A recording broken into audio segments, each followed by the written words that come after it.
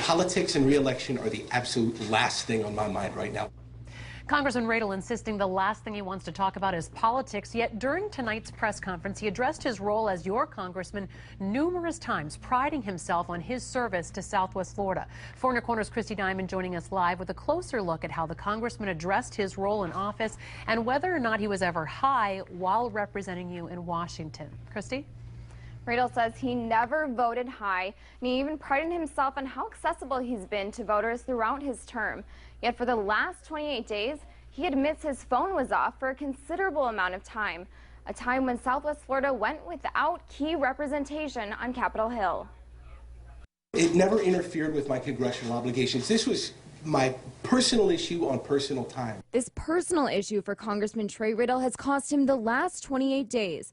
While he was in rehab, remaining members of Congress were discussing and voting on pertinent issues to Southwest Florida. Issues like the clean water bill and the budget bill. Radel's response to missing these votes?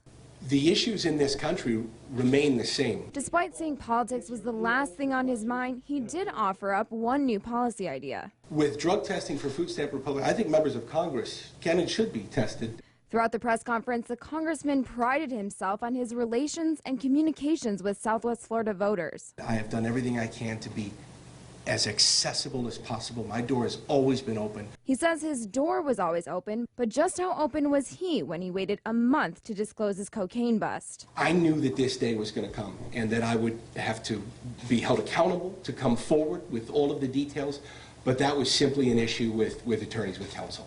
And despite several of the congressman's fellow Republicans calling for his resignation, he's got a plan to do just the opposite. I will do everything I possibly can to rebuild the trust of Southwest Florida, to get back to Washington doing what they sent me to do. As for the House Ethics investigation announced earlier this week into whether or not Radel violated the Congressional Code of Ethics, the congressman says he welcomes that investigation and will fully cooperate with it. Live in the newsroom, Christy Diamond, Fox 4 in your corner.